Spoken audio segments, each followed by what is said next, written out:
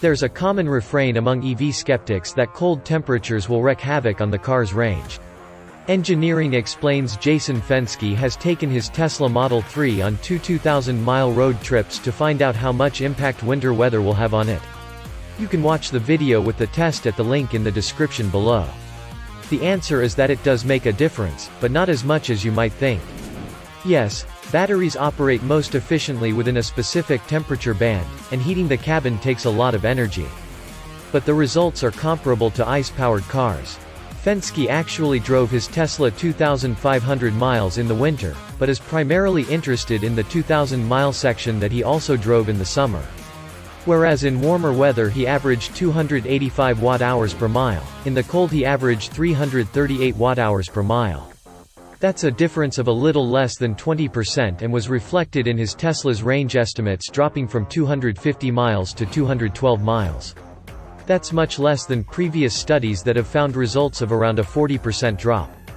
Admittedly, this is a single test, but even during the coldest, least efficient part of this drive, Fenske's Tesla only performed 20% worse than the least efficient part of his summer drive.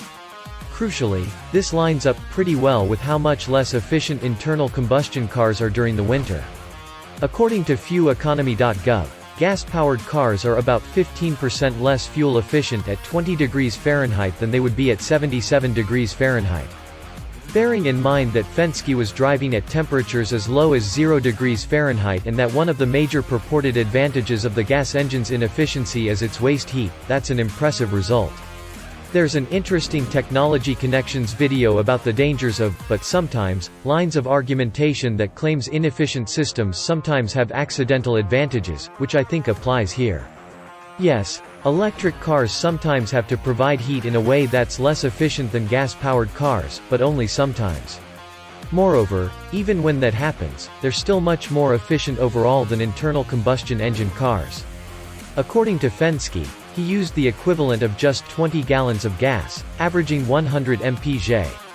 For those who are more concerned about charging time than efficiency, Fenske spent the same amount of time charging during both summer and winter. That was, though, helped by his charging strategy. By charging more often, from lower battery levels, he was able to spend less time than he would have otherwise had. As everyone who's charged an electronic device, like a cell phone or a laptop, knows, that's because the fuller a battery gets, the longer it takes to charge. That's why you see automakers quoting short charging times to 80%, whereas topping them up takes considerably longer. So charging less more frequently actually cuts down on charging time, though it does add some